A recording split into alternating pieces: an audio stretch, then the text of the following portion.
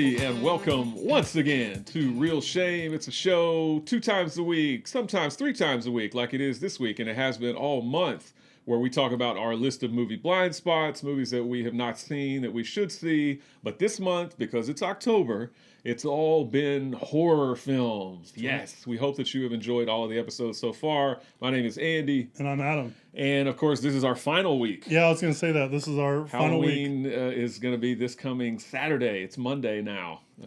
But yeah, so we're coming. The train's pulling into the station. The train's pulling into the station. We're coming to a close, but hopefully we've got 3 good horror films to talk about this week. Starting today with Tetsuo, the Iron Man. Iron Man. So we're going to talk about Tetsuo, guys. Hopefully it's probably a movie maybe some of you have heard of, maybe some of you haven't.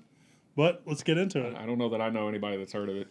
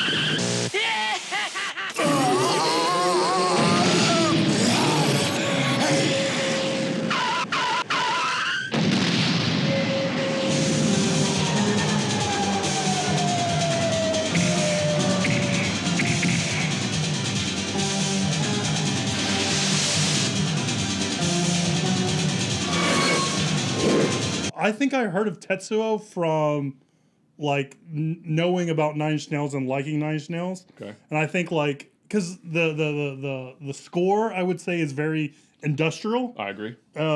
So I think like that kind of ran around those circles, right? So knowing and liking that kind of music, I was aware of Tetsuo, and I knew it was a Japanese film, but I didn't know anything about the movie going into it. Yeah. So have you seen it before? No. So when we picked this movie, I was like, I might have seen this, but I'm not really sure, because I used to, in one of my local video stores, I used to see the box for it all the time. And I remember picking it up on several occasions, because I don't think anybody ever rented it. So it was always available. But I remember picking up the box art and kind of looking at it from time to time, but I couldn't remember if I'd ever rented it or not. So when I sat down to watch it, I can say with 100% certainty, I have never seen this movie before in my life, because I would have remembered. Have you seen the? It's also a movie I've never seen. I was reading some of the IMDb trivia around it. And did you ever see the Portishead Machine Gun music video? Because it uses a lot of shots from that thing. You mean Portishead has a different song besides Sour Times? Yeah, surprisingly. Even though they have multiple albums, they only have one song. Nobody loves me. Yeah, that's the only one I know. I've never seen that video. The other thing I read was the director Shin'ya Tsukamoto. Thank you. This is based off of like a one-man play he had.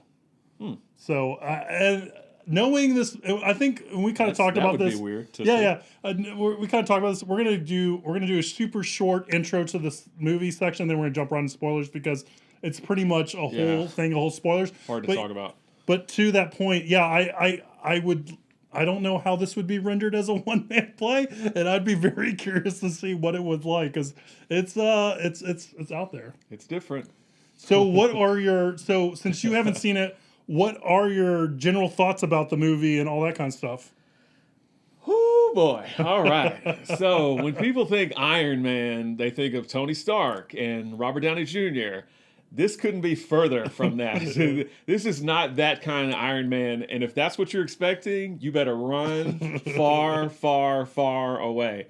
When I was watching this, it's hard to say, yeah, it was good or yeah, it was bad. It just is. Like I thought it was weird. Yeah. I thought it was very visceral, but I thought it was really stylish, honestly. Yeah. And it's not like, some people, I think a casual viewer would turn this on and immediately turn it off probably within 5 minutes. Yeah. It'd be like, this sucks. This is not for me. This is a piece of shit or whatever.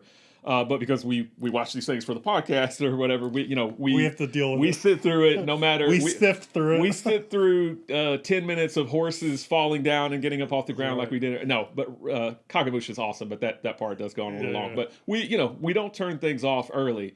And honestly, if I was watching this not for the show, I don't think I would have turned it off either because I did want to see where it was going. Yeah. Unfortunately, I'll say it this way. I don't know that I necessarily like this movie. Is it even a movie? To me, it's more like an experimental kind of art piece almost.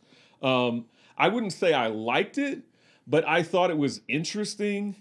Very friggin' weird. I mean, that goes without saying. And when we get into spoilers, I guess we can kind of elaborate on that. But it's very, very strange. But I feel like Shin'ya Tsukamoto, he had a plan. He had a vision. The effects are pretty good. I mean, and I feel like it shot pretty well. I did like some of the music in it, whether I like industrial or otherwise. I thought the sound design was really good, like a lot of the sound effects and stuff.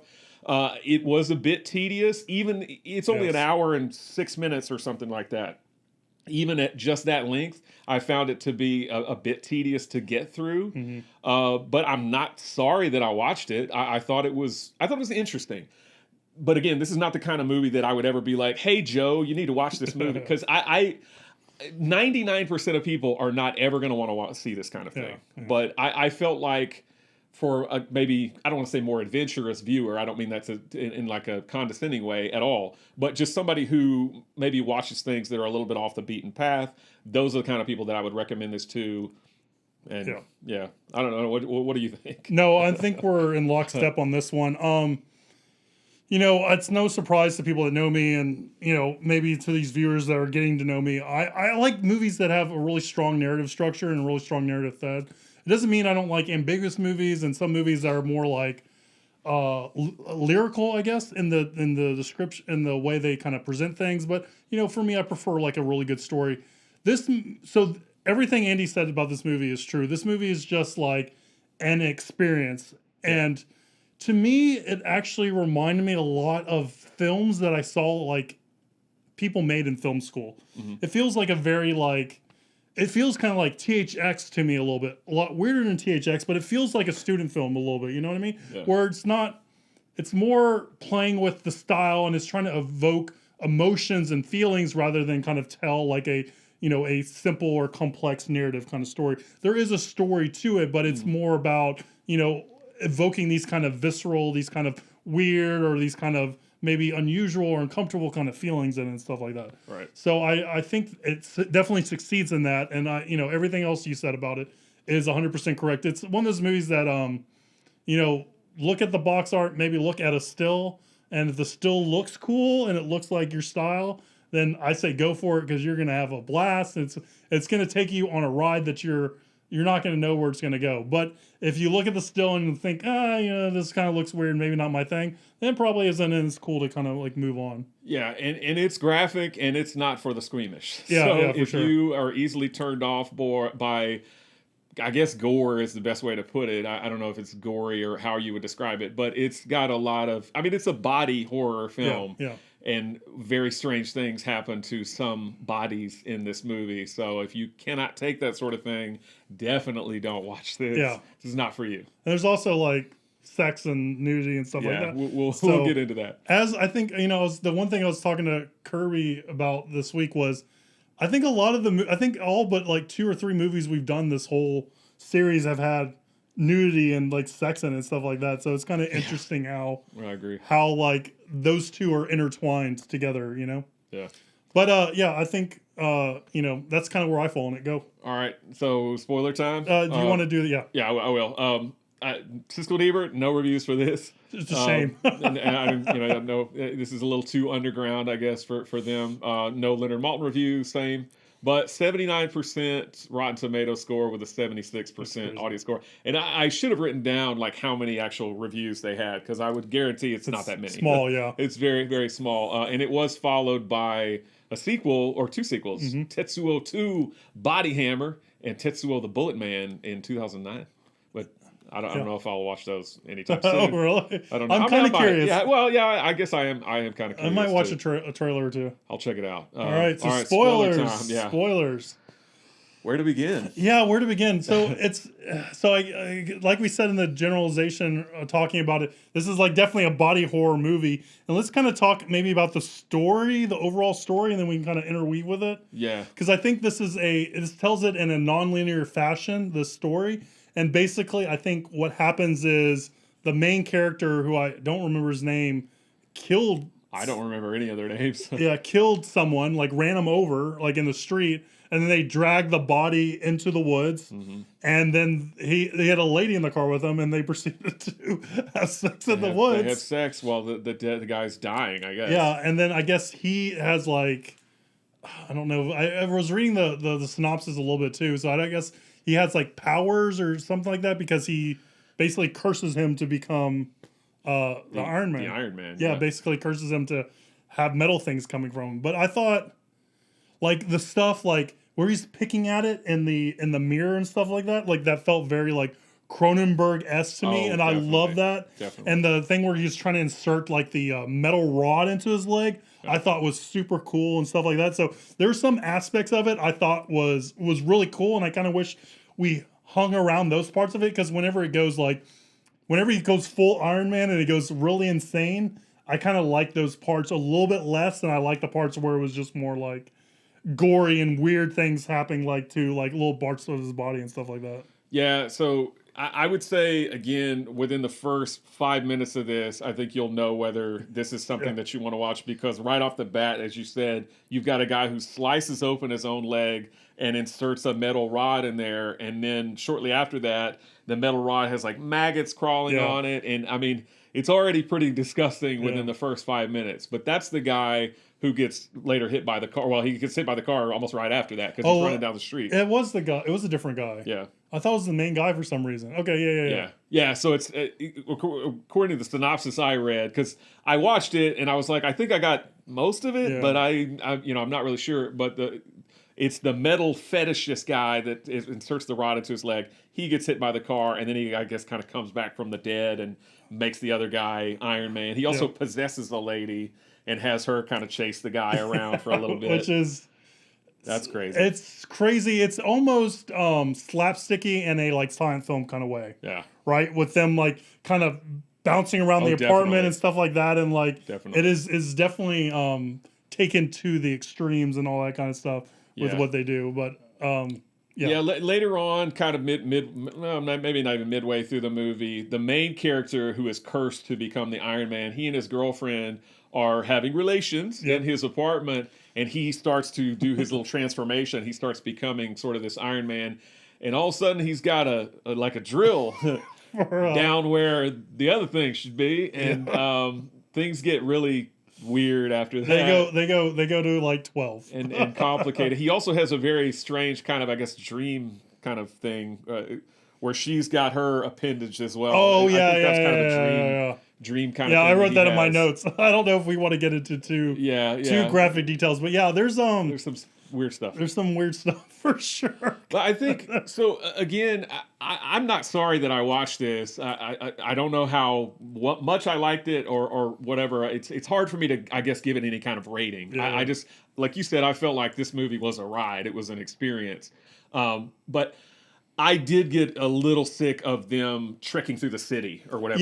He does that a ton. Yeah. And it looks cool the first couple of times maybe, but I feel like he just overuses the crap out of it. And it feels like filler. It does. And the movie's like super short anyway. Yeah, but I would say if you cut out some of that, I think it would have even more of a better impact, I guess. Yeah. And I feel like we do a little bit more of like it replaying the car scene. I think it did that a little too much. But I do like the idea that he was like watching it on like a VHS tape or something like that. Like I think that was a really cool kind of reveal and stuff to bring in the movie. Yeah, I think even if you are the kind of person that would at least want to watch something like this, even if you don't like it, as I said at the beginning, you can't deny that he had a plan, and I know I read somewhere that he took well over a year to make this, he was kind of filming it with his friends and stuff, and they were all getting mad at him because he was taking forever. But I think what he did kind of shows on the screen. He had a vision, and he communicated that vision, I think, pretty well as far as the effects and everything else goes. So I don't think you can deny that this movie has some style. Whether you hate it or not is entirely, I guess, up to you. But it's an experience. Yeah, I think I'm 100% on board with that. I think it is an experience, and I think it's well done and well rendered. It doesn't feel amateurish. Yeah. And again, I go back to kind of what I said earlier is, look at a still or two, and it might be something that looks interesting and looks fun, and it's something that it's worth. I don't regret spending 66 minutes watching this. Right. I don't either. I mean, it's not something maybe I think I would revisit again. But it's not something I regret watching. Yeah, I was thinking about that on the way over to film this episode. I was thinking, I think I would watch it again just to see somebody else's reaction to it. I kind of want to sit down. I want to find a person that is willing to watch this, or is like, I'll check that out and sit down and kind of watch it and just watch their expressions more than anything, kind of see what happens, because it's out there. It's weird. I don't know what else to say about it other than that. I mean, kind of in a general sense, it's just. Yeah. It is its own beast. And one of the things I wish I kind of looked up. I looked up the director, but I need to see more. I haven't seen any of the other works he's done, so I'm wondering if this is you would kind of give if this is his style kind of thing, right? You have Darren Aronofsky kind of has a style of movie he makes, and Chris Nolan has a style of movies he makes, and I'm wondering if this is the kind of style of movie he's made, because I would see something maybe that has a little bit stronger narrative, but it's kind of rendered it has the same kind of style to it. So I do think I get a very Cronenberg feel from it, and I like Cronenberg, so yeah. I would like to see more movies kind of like that, body horror and that kind of stuff. I thought it was cool. Yeah, well, actually, Arrow Video just put out a box set of Shin'ya Tsukamoto films, so there's quite a few of them in there, and I think it has all the Tetsuo sequels and everything else. So it's time to check that out. Absolutely. All right. Maybe we'll do a double feature for him for the podcast. Yeah. I'd be interested to watch. Again, some of his maybe more feature length kind of stuff, if it has more of a narrative structure or more of a story. But again, not that this movie was bad, because it does have a story. It doesn't necessarily have a strong story. Yep. But agree. All right.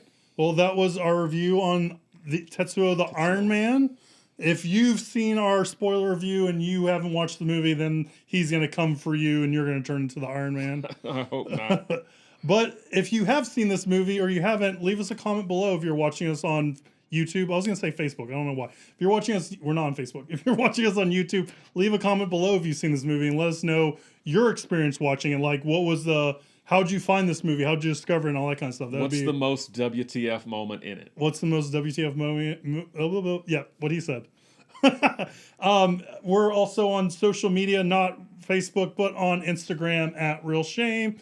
Like and subscribe and do all that social media sharing stuff, because that actually does help the show, and we would really appreciate that. And stay tuned next time as we go into more kind of body horror, maybe Living Dead kind of thing, and that next movie is going to be Reanimator. We're going to watch the Reanimator, guys. We'll see you Wednesday. Bye.